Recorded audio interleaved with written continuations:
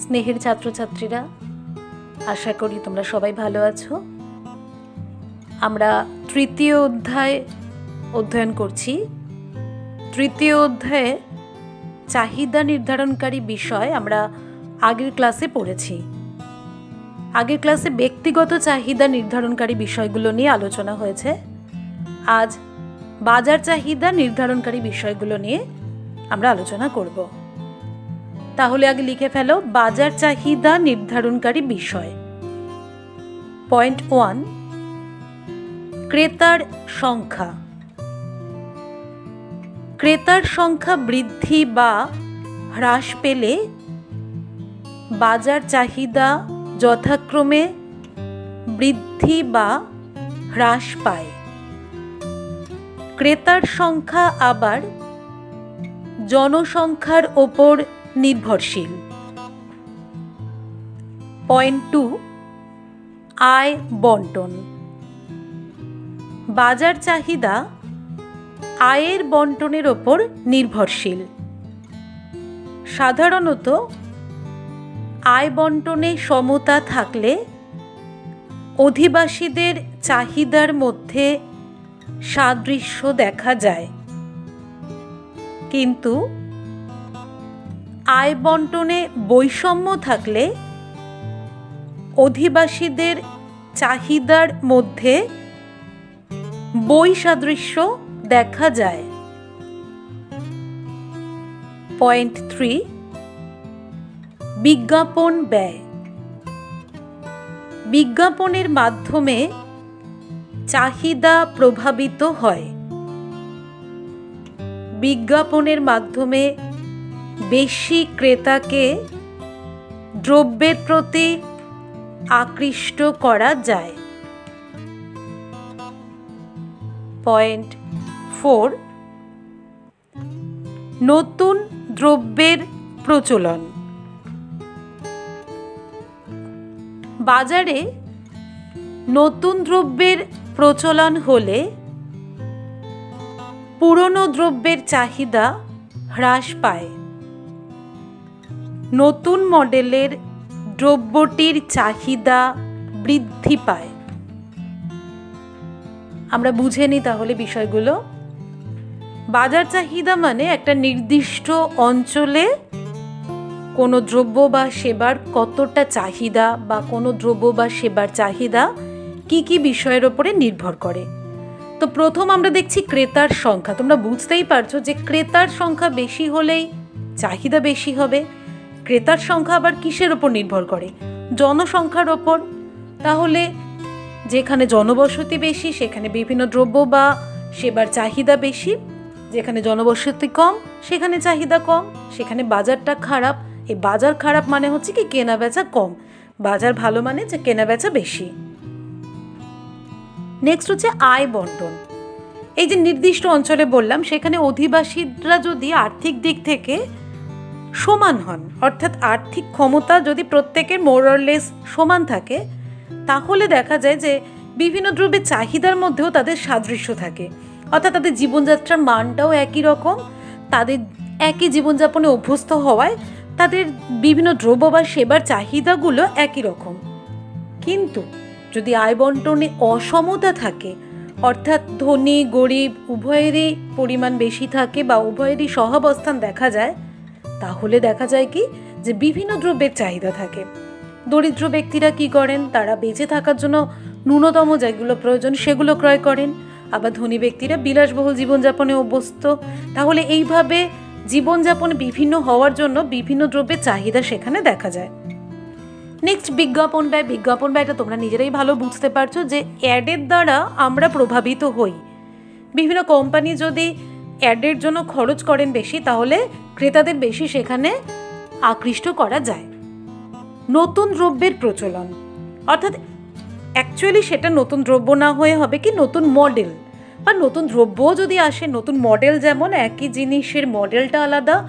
আবার যত দিন যাচ্ছে মানুষের ভোগবিলাসিতা, ভোগের বৈচিত্র্য তত বাড়ছে, তত দেখা যাচ্ছে যে নতুন নতুন জিনিস আমরা ব্যবহার করছি।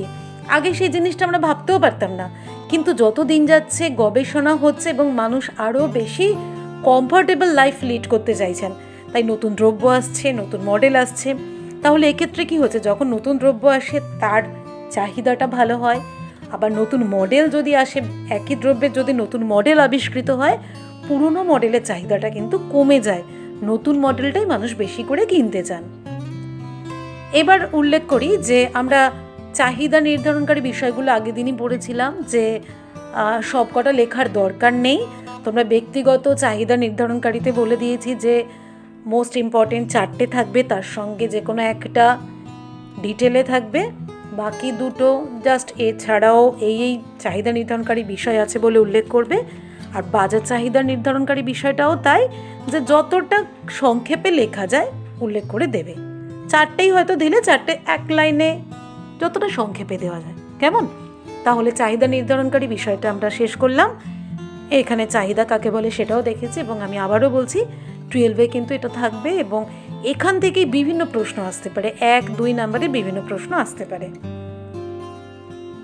তাহলে এই চ্যাপ্টারের নেক্সট কোয়েশ্চেন আমরা চলে যাচ্ছি। এটাও আমি একটু বড় করে লেখাচ্ছি, তোমরা মানে মোস্ট ইম্পর্টেন্ট 5টা লিখবে, বা মোস্ট ইম্পর্টেন্ট না, এটা যেটা বলছি যে কোনো 5টা লিখতে পারো, যাতে কমপ্লিট করতে পারো। এইভাবেই তোমরা ধরবে, কিছু পয়েন্ট বড় আছে, কিছু পয়েন্ট ছোট আছে, কিন্তু প্রত্যেকটা তোমাদের শিখে নিতে হবে। এবং যে কটা পয়েন্টে লেখো না কেন, বাকি পয়েন্টগুলো কিন্তু এছাড়াও বলে উপসংহারে উল্লেখ করে দিতে হবে ভালো নম্বর পেতে গেলে। তাহলে কোয়েশ্চেন লেখো, চাহিদার নিয়ম কাকে বলে? চাহিদার নিয়মের ব্যতিক্রমগুলি লেখো।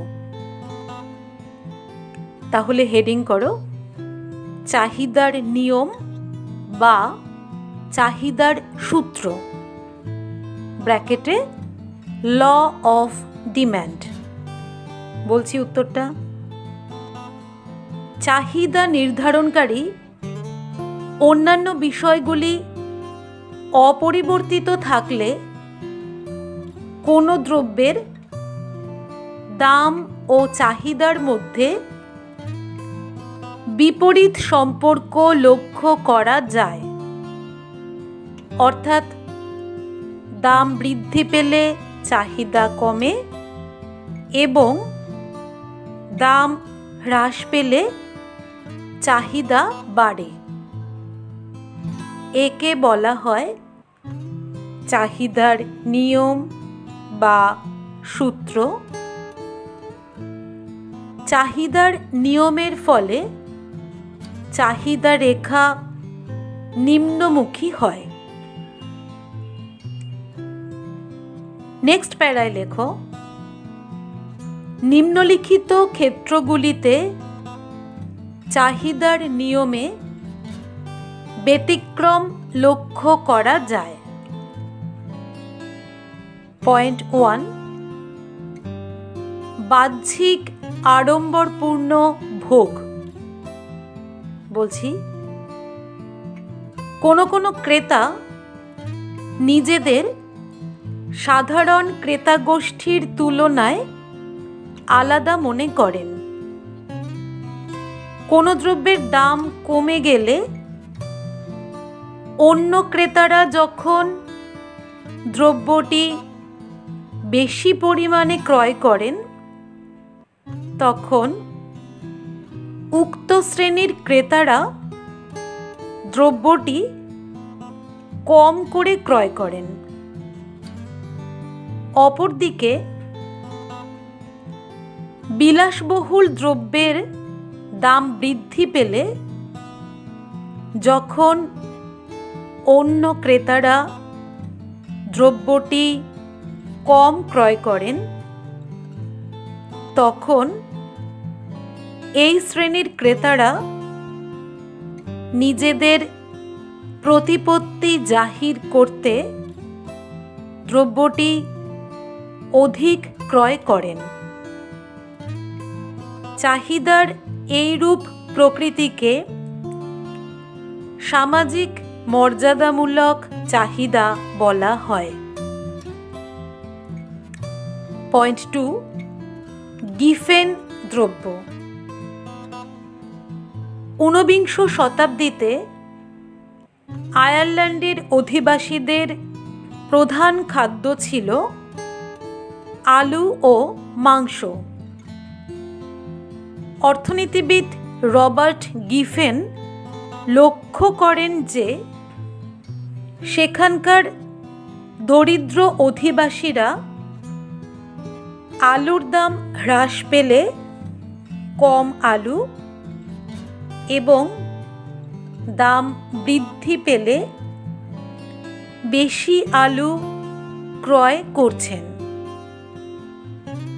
এর কারণ ব্যাখ্যা করা যায় এই রূপে। নেক্সট প্যারায় লেখো, আলুর দাম হ্রাস পেলে পূর্বের সমপরিমাণ আলু ক্রয় করার পরেও কিছু অতিরিক্ত অর্থ থেকে যায়, অর্থাৎ ক্রেতার প্রকৃত আয় ব্র্যাকেটে ক্রয় ক্ষমতা ব্র্যাকেট ক্লোজ বৃদ্ধি পায়। ক্রেতা তখন সেই অর্থ দিয়ে মাংস কিনতে চান,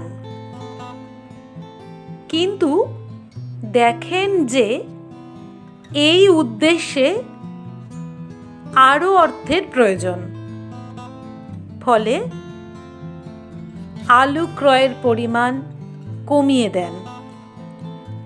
নেক্সট প্যারা, অনুরূপভাবে আলুর দাম বৃদ্ধি পেলে প্রকৃত আয় হ্রাস পাওয়ায় অপেক্ষাকৃত সস্তা আলু বেশি ক্রয় করেন।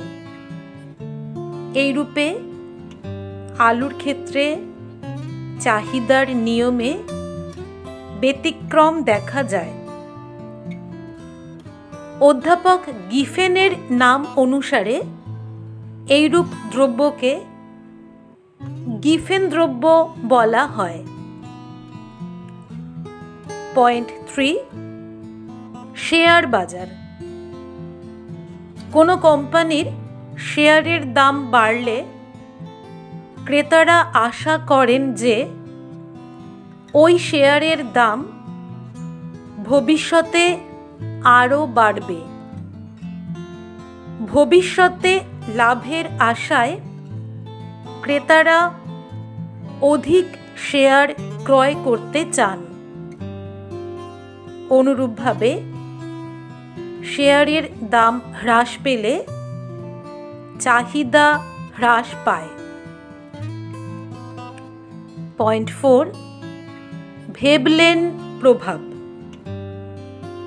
কোনো কোনো ক্রেতা দাম দিয়ে দ্রব্যের গুণাগুণ বিচার করেন। সেই সমস্ত ক্রেতাদের চাহিদা দ্রব্যের দামের সঙ্গে সরল সম্পর্কযুক্ত। অধ্যাপক ভেবলেনের নাম অনুসারে একে ভেবলেন প্রভাব বলা হয়। পয়েন্ট 5, ভবিষ্যৎ দাম সম্পর্কে প্রত্যাশা। বলছি, ভোক্তা যদি মনে করেন বর্তমানে কোনো দ্রব্যের দাম যে হারে বৃদ্ধি পাচ্ছে ভবিষ্যতে তার চেয়ে অধিক হারে বৃদ্ধি পাবে, তবে বর্তমানে দাম অধিক হলেও তিনি অধিক পরিমাণে দ্রব্যটি ক্রয় করবেন। বিপরীত ক্ষেত্রে দাম কম হলেও দ্রব্যটি কম কিনবেন। পয়েন্ট 6, অতি প্রয়োজনীয় দ্রব্য। চাল, ডাল, ওষুধ, নেশাজাতীয় দ্রব্য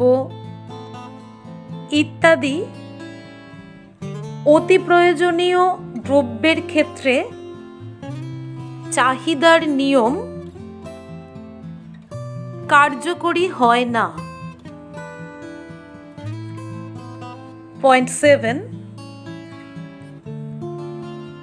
নতুন মডেলের প্রচলন। কোনো দ্রব্যের নতুন মডেল বাজারে এলে পুরনো মডেলের দাম হ্রাস পেলেও তার চাহিদা বৃদ্ধি পায় না। পয়েন্ট 8, যোগানে ঘাটতি। কোনো দ্রব্যের চাহিদার তুলনায় যোগানে অনেক ঘাটতি দেখা দিলে দাম বৃদ্ধি পেলেও চাহিদা হ্রাস পায় না। সাধারণত প্রাকৃতিক দুর্যোগ, রাজনৈতিক অস্থিরতা ইত্যাদি ক্ষেত্রে দ্রব্যের যোগানের নিশ্চয়তা সম্পর্কে মানুষের মনে ভীতির সঞ্চার ঘটে। ফলে দাম বৃদ্ধি পেলেও চাহিদা কমে না। তোমরা ভালো করে লিখে নাও। আমার কথার গতির সঙ্গে যদি লিখতে অসুবিধা হয় তোমরা একটু পজ দিয়ে দিয়ে লিখে নাও। আমি এই উত্তরটার প্রসঙ্গে আবার বলি, এই উত্তরটায় মোস্ট ইম্পর্টেন্ট বলে কিছু নেই, কিন্তু প্রত্যেকটাই আমাদের জেনে রাখতে হবে। তাই যদি চাহিদার নিয়মের ব্যতিক্রম শুধু আসে, 5টা তো ভালো করে অবশ্যই লিখবে, ছোট বড় যে কোনো 5টা, আর বাকিগুলো এছাড়াও এই ক্ষেত্রে ব্যতিক্রম দেখা যায় বলে লিখে দেবে। তবে বেশিরভাগ সময় আসে এই রকম যে চাহিদার নিয়ম বা সূত্র কাকে বলে, এটা 2 নম্বরের, আর চাহিদার নিয়মের ব্যতিক্রমগুলি লেখো। সেই ব্যতিক্রমগুলি লেখো বলতে সেখানে 3-4টে এবং যে কোনো পয়েন্ট দিলেই হবে। আমি কিন্তু বারে বারে একই কথা বলছি, আগের উত্তরে যেমন মোস্ট ইম্পর্টেন্ট বলেছিল এখানে সেরকম কিছু নেই, প্রত্যেকটাই ইম্পর্টেন্ট, অবশ্যই ইম্পর্টেন্ট। যেমন গিফেন দ্রব্য, এটা ভীষণ ইম্পর্টেন্ট, কিন্তু গিফেন দ্রব্যের পয়েন্টটা অনেক বড়, তাই আলাদা করে তো আসতেও পারে, তাই প্রত্যেকটা কিন্তু তোমরা শিখে রাখো। কিন্তু পরীক্ষার সময় যাতে তোমরা 100% কভার করতে পারো, সব প্রশ্নে যাতে উত্তর দিতে পারো, তাই টাইমটা তো একটা ফ্যাক্টর। তার জন্য সেখানে তোমরা যদি উল্লেখ না থাকে তাহলে যে কোনো 4টে, যে কোনো 5টা লিখতে পারো। কেমন? এটা কিন্তু খুব ইন্টারেস্টিং একটা প্রশ্ন এবং উত্তর। চাহিদার নিয়ম বা সূত্র কাকে বলে? খুব ভালো করে শুনে নাও। আমরা জানি যে চাহিদা বিভিন্ন বিষয়ের ওপরে নির্ভর করে, কিন্তু দেখবে যখন আমরা চাহিদা রেখা আঁকি তখন শুধু দামের সঙ্গে চাহিদার রিলেশনটা আঁকি, অর্থাৎ দাম হচ্ছে most important factor of demand. ঠিক আছে, দাম দ্বারা চাহিদা সবচেয়ে বেশি প্রভাবিত হয়। এবার চাহিদা নির্ধারণকারী তো বিভিন্ন বিষয় আছে, ওই বিভিন্ন বিষয়গুলো যদি একই থাকে, ধরো আমার ইনকাম একই আছে, আমার বিভিন্ন রুচি, বিভিন্ন দ্রব্যের জন্য যে রুচি পছন্দ সেগুলো একই আছে, বিভিন্ন চাহিদা নির্ধারণকারী বিভিন্ন যে বিষয় সেগুলো স্থির আছে, শুধুমাত্র দামের চেঞ্জ হলো। এই অবস্থায় যদি দাম বাড়ে, অর্থাৎ আমার ইনকাম ফিক্সড, অন্যান্য বিষয়গুলো ফিক্সড, দাম বাড়লে আমি কম কিনবো এবং দাম কম হলে বেশি কিনবো। আবার বলছি, দাম বাড়লে কম কিনবো, দাম কমলে বেশি কিনবো। তোমরা ভাবতে পারো অর্থাৎ দামের সঙ্গে চাহিদার বিপরীত সম্পর্ক, এটা বললেই তো হয়ে যায়, আবার অন্যান্য বিষয়গুলো অপরিবর্তিত, এই কথাটা বলার কি দরকার? কিন্তু মাথায় রেখো, যদি তোমরা শুধু দামের সঙ্গে চাহিদার রিলেশন যে বিপরীত এইটা শুধু লেখো তাহলে কিন্তু 2-এ 1 পাবে। আমাদের অবশ্যই মেনশন করতে হবে যে চাহিদা নির্ধারণকারী অন্যান্য বিষয়গুলো স্থির থাকাকালীন দাম বাড়লে চাহিদা কমে, দাম কমলে চাহিদা বাড়ে। এটা কেন?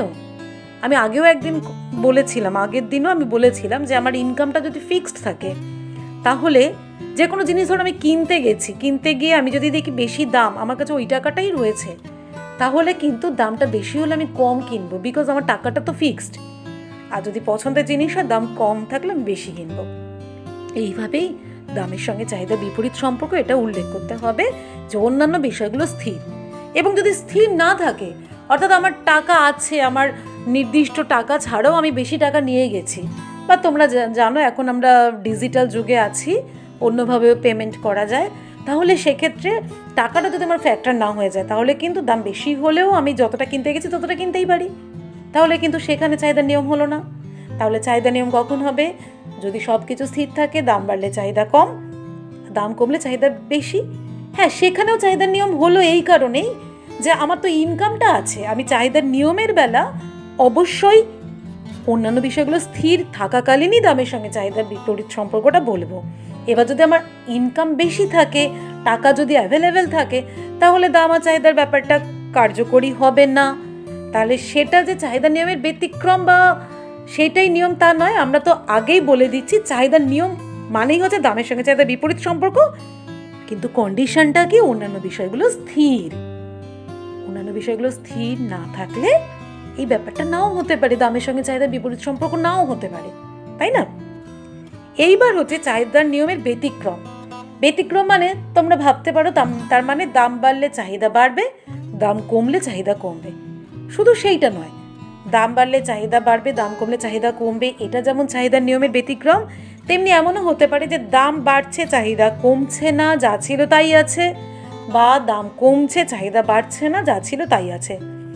আসল কথা হলো দামের সঙ্গে চাহিদা যদি বিপরীত সম্পর্ক না দেখা যায়, হয় সরল সম্পর্ক নয় চাহিদা একই রয়ে গেল, তবেই আমরা তাকে বলবো চাহিদার নিয়মের ব্যতিক্রম। ঠিক আছে? প্রত্যেকটা পয়েন্ট ভালো করে শোনো। ফার্স্ট কি বলেছি? বাহ্যিক আড়ম্বরপূর্ণ ভোগ। আমরা যে সমাজে বাস করি সেই সমাজে কিন্তু প্রত্যেকটা মানুষ আলাদা। এমনকি একই পরিবারের বিভিন্ন মানুষের মধ্যে আমরা বৈচিত্র্য দেখি, তাই না? তাই বিভিন্ন মানুষের নেচার, প্রকৃতিও বিভিন্ন রকম। সাধারণভাবে আমরা কি দেখতে পাই যে দাম কমলে মানুষ বেশি কিনবেন, দাম বাড়লে মানুষ কম কিনবেন। কিন্তু কিছু ক্রেতা নিজেদের সবার থেকে আলাদা শো করতে চান, তারা দেখাতে চান তারা অন্য স্টেটাসে লিভ করেন। সেই ক্ষেত্রে দাম কমলে মানুষের যে একটা বেশি চাহিদা প্রবণতা দেখা যাবে তারা কিনছেন না বেশি করে। আবার দাম বাড়লে একটা বিলাসবহুল দ্রব্য, ধরো সোনার দাম বেড়ে গেল, যেখানে মানুষের চাহিদা কমে গেল, হয়তো দেখা গেল ওই শ্রেণীর ক্রেতা তখন সোনা বেশি করে কিনছেন, অর্থাৎ নিজেদের প্রতিপত্তি জাহির করতে চাইছেন, নিজেদের সামাজিক মর্যাদাটা শো করতে চাইছেন। তাই এরূপ চাহিদাকে আমরা বলি কি? সামাজিক মর্যাদামূলক চাহিদা, যেটা বাহ্যিক আড়ম্বর দেখানোটা প্রকাশ করে। বাহ্যিক আড়ম্বর দেখানোটাই তাদের কাছে মূল উদ্দেশ্য থাকে। নেক্সট হচ্ছে গিফেন দ্রব্য। তোমরা খেয়াল করেছো নিশ্চয়ই, আগের দিন চাহিদা নির্ধারণকারী বিষয়ের মধ্যে দামের সঙ্গে চাহিদার বিপরীত সম্পর্ক বলেছিলাম এবং এর ব্যতিক্রম লক্ষ্য করা যায় বলে গিফেন দ্রব্য বলেছিলাম, বলে আমি ছেড়ে দিয়েছিলাম, বোঝানোর সময়ও আমি কিছু বলিনি। আজকে সেটা শোনো। গিফেন একজন অর্থনীতিবিদের নাম, তার নাম অনুসারে দ্রব্যটার নাম গিফেন দ্রব্য। সুন্দর বেশ গল্পটা এবং খুব প্র্যাকটিক্যাল গল্প। তো আয়ারল্যান্ডের অর্থনীতিবিদ রবার্ট গিফেন 19শ শতাব্দীতে কি লক্ষ্য করলেন যে সেখানকার অধিবাসীদের খাদ্য তালিকায় আলু এবং মাংস ওখানে প্রধান খাদ্য, এবং মাংস তো আমরা জানি দামি, আলু একটু অপেক্ষাকৃত সস্তা। তাই দরিদ্র অধিবাসীরা মানে এমনভাবে খরচ করবেন যাতে তারা খেয়ে পরে বাঁচতে পারেন। তো তাদের আমরা বুঝতেই পারছি যে মাংস কেনার ক্ষমতাটা খুব বেশি থাকবে না। তাহলে সেক্ষেত্রে উনি লক্ষ্য করেন, এবং খুব বাস্তব ঘটনাটা, যে আলুর দাম কমলে চাহিদা কমে যাচ্ছে, আবার আলুর দাম বাড়লে চাহিদা বেড়ে যাচ্ছে। অদ্ভুত ব্যাপার, কিন্তু সেটাই ঘটনা। তোমাদেরও শুনে ভালো লাগবে আশা করি। তো যখন ধরো আলুর দাম কমে যাচ্ছে, যে কোনো জিনিসের দাম যখন কমে যায়, তখন আগে যতটা আমরা কিনতাম ততটাই যদি কিনি, হাতে এক্সট্রা কিছু টাকা থাকবে। বোঝা গেল? ধরো আমি 50 টাকার চাল কিনি, 4 কেজি চাল কিনছি, তাহলে কি হচ্ছে? 200 টাকা খরচ হচ্ছে। যদি এটার দাম 40 টাকা হয়ে যায়, তাহলে 4 কেজির দাম কত হবে? 160 টাকা। তাহলে হাতে আমার এক্সট্রা টাকা আসবে কত? 40 টাকা। এইভাবে যে কোনো জিনিসের যখন দাম কমে যায়, সমপরিমাণ সেই জিনিসটা কেনার পরেও হাতে কিছু এক্সট্রা টাকা থাকবে। তাহলে আলুর ক্ষেত্রেও তাই। এই যে এক্সট্রা টাকা, এটা কিন্তু আমি ইনকাম করে বাড়ালাম না, জিনিসটার দাম কমে গেছে বলে আমার হাতে এক্সট্রা টাকা এলো। এই যে এক্সট্রা টাকা, যেটা দাম কমাটা যার কারণ, এটাকে আমরা বলি প্রকৃত আয় বেড়ে যাওয়া বা ক্রয় ক্ষমতা বেড়ে যাওয়া। অর্থাৎ আমার হাতে এক্সট্রা টাকা এলো, তাহলে আমি বেশি কিনতে পারবো। এটাকে বলা হয় প্রকৃত আয় বৃদ্ধি বা ক্রয় ক্ষমতা বৃদ্ধি পাওয়া। এইবার দরিদ্র অধিবাসীরা তারা তো অন্য সময় মাংস সেভাবে খেতে পারেন না, তারা তখন ভাবছেন যে আমার হাতে এক্সট্রা টাকা আছে, ঠিক আছে এই সময় আমি একটু মাংস কিনি। এবার মাংস কিনতে গিয়ে দেখছেন যে ওই যে এক্সট্রা টাকা ওইটা সাফিসিয়েন্ট নয়, আরও কিছু টাকা দরকার। তখন তারা ভাবলেন যে অন্য সময় তো আলু খাই, তাহলে এবার একটু আলুর পরিমাণটা কমিয়ে দিই, মাংসই কিনি। তাহলে কি দেখা গেল, আলুর দাম কমে গেল, চাহিদাও কমে গেল, তাই না? অপরদিকে আলুর দাম যখন বাড়ছে, আলুর দাম যতই বাড়ুক সেটা মাংসের থেকে সস্তা থাকবে। তার মানে কি এখন প্রকৃত আয়টা কমে গেল। আমার যে পরিমাণ আলু কিনতাম তার থেকে সেটাই যদি কিনি আমার তার থেকে বেশি টাকা লাগবে। তাহলে আমি অন্য সময় মাংস যাও বা খাই, এখন আর খাবো না। আমার টাকাটা কোথায় খরচ করতে হবে? আলুর পেছনেই।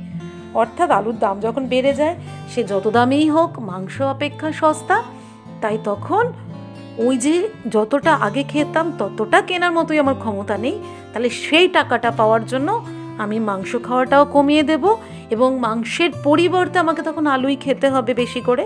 অর্থাৎ এই ধরনের দ্রব্য যেগুলো দরিদ্র অধিবাসীরা দাম কমলে কম করে কিনছেন, দাম বাড়লে বেশি করে কিনছেন। এটা একটা এক্সাম্পল হলো আলু। এই ধরনের দ্রব্যকে আমরা বলছি কি গিফেন দ্রব্য। বোঝা গেল গল্পটা? এবং বাস্তব ভীষণ, গল্প নয় বাস্তব, উনি লক্ষ্য করেই সেটা বলেছেন। আজকে আমরা সেটাকে গল্পের মতো করে বলছি। আজও কিন্তু এই জিনিসগুলো কিন্তু আজও বাস্তব। রবার্ট গিফেন একটা নির্দিষ্ট দেশের কথা বলেছেন, সেখানে পর্যবেক্ষণ করে, কিন্তু ঘটনাটা দেখবে ভীষণ বাস্তব কিন্তু ঘটনাটা, তাই না? তারপরে হচ্ছে কি শেয়ার বাজার। শেয়ার বাজার সম্পর্কে একটু বলি যে বড় বড় যে কোম্পানিগুলো, তাদের তো হিউজ অ্যামাউন্ট অফ মানি দরকার। তাদের নিজেদের টাকা ছাড়াও তারা ব্যাংক থেকে লোন নেন এবং বাজারে শেয়ার ছাড়েন। শেয়ারগুলো আবার কারা ক্রয় করে? আমাদের মতো সাধারণ মানুষই ক্রয় করেন। আমরা ব্যাংকে জমাই অথবা শেয়ারও কিনতে পারি। শেয়ার কিনলে কি হয়, ধরো আমি একটা কোম্পানির 10,000 টাকার শেয়ার কিনলাম, তার মানে হচ্ছে যে ওই কোম্পানি যখন ভবিষ্যতে লাভ করবে 10,000 টাকাটা তো আমি পাবোই, তার সঙ্গে কোম্পানি যত বেশি লাভ করবে আমি তত বেশি লভ্যাংশ পাবো।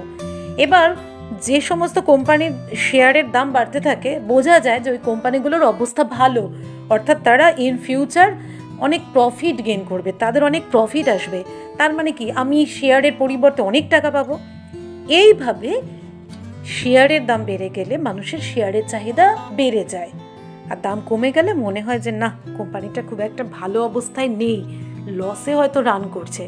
তার মানে কি ভবিষ্যতে আরও ওদের লস হবে বা প্রফিট কমে যাবে, তার মানে আমি লভ্যাংশ সেভাবে পাবো না, এমনকি শেয়ারের টাকাটাও নাও পেতে পারি, আমি কিনবো না। তাহলে শেয়ারের ক্ষেত্রে কি হচ্ছে, দাম বাড়লে চাহিদা বাড়ছে, দাম কমলে চাহিদা কমে যাচ্ছে। ভেবলেন প্রভাব, এটাও ভীষণ ইন্টারেস্টিং। ওই যে বললাম যে মানুষের নেচার, প্রত্যেকটা মানুষের নেচার আলাদা। অনেক মানুষ আছেন, তোমরা তোমাদের চেনা জানার মধ্যেই যদি একটু অবজার্ভ করো তোমরা দেখতে পাবে যে অনেক মানুষ আছেন যারা দাম দিয়ে দ্রব্যটার গুণাগুণ বিচার করেন। যদি দাম বেশি হয় তাহলে ভাবেন এটা কোয়ালিটি ভালো, আর দাম যদি কম হয় ভাবেন যে কোয়ালিটি খারাপ। সেক্ষেত্রে কী হবে, জিনিসটার দাম বেশি হলে তারা বেশি করে কিনবেন, আর দাম কম হলে তারা কম করে কিনবেন। অধ্যাপক ভেবলেন এই বিষয়টা বলেছিলেন, তাই তার নাম অনুসারে এই দ্রব্যটাকে বা এই প্রভাবকে আমরা বলি কি ভেবলেন প্রভাব। কেমন?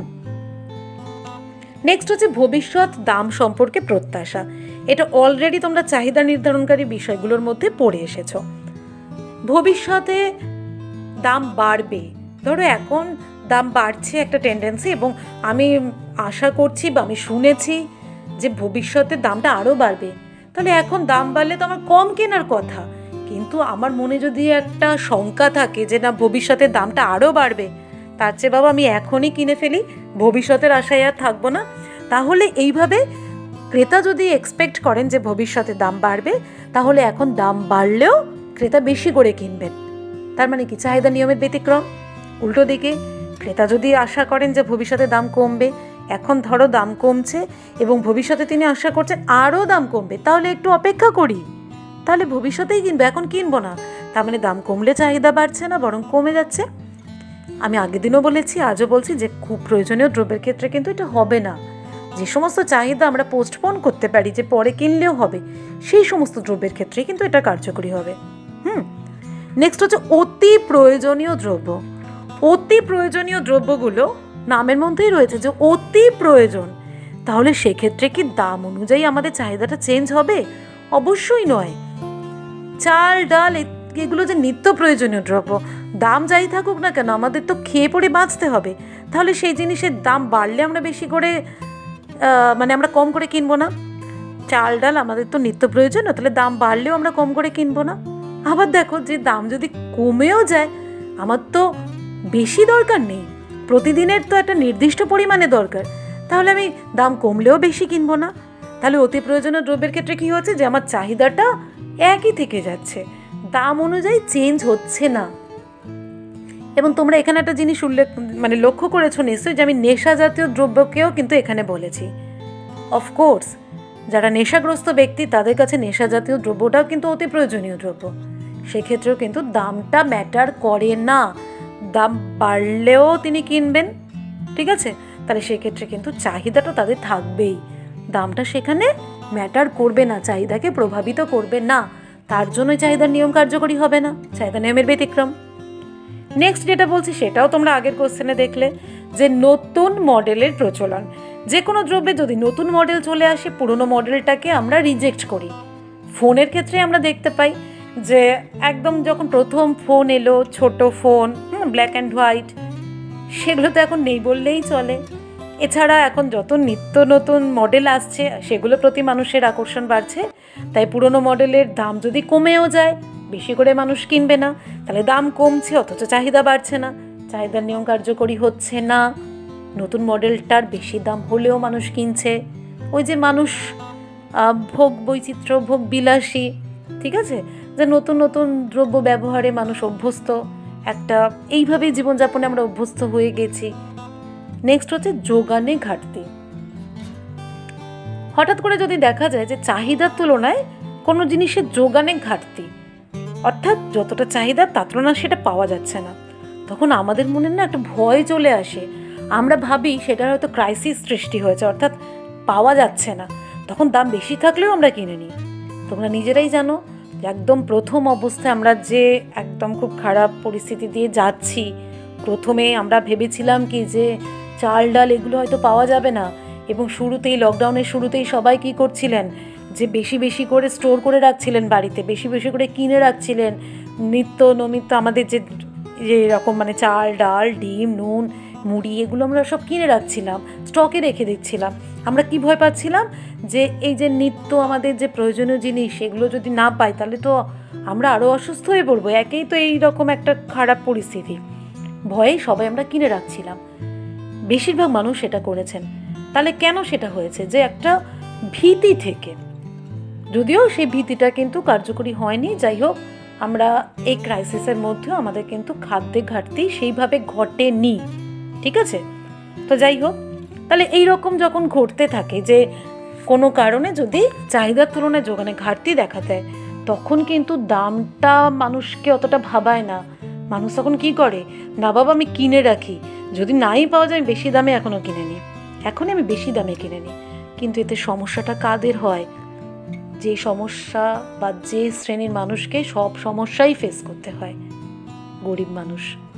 তারা তো তারা কিনতে পারছেন না, তার উপরে এইভাবে সবাই যখন স্টক করে রাখতে চায় তখন তো বাজারে আরও যোগানে ঘাটতি দেখা দেয়, এবং যোগানে ঘাটতি মানেই কি দামটা আরও বেড়ে যাওয়া।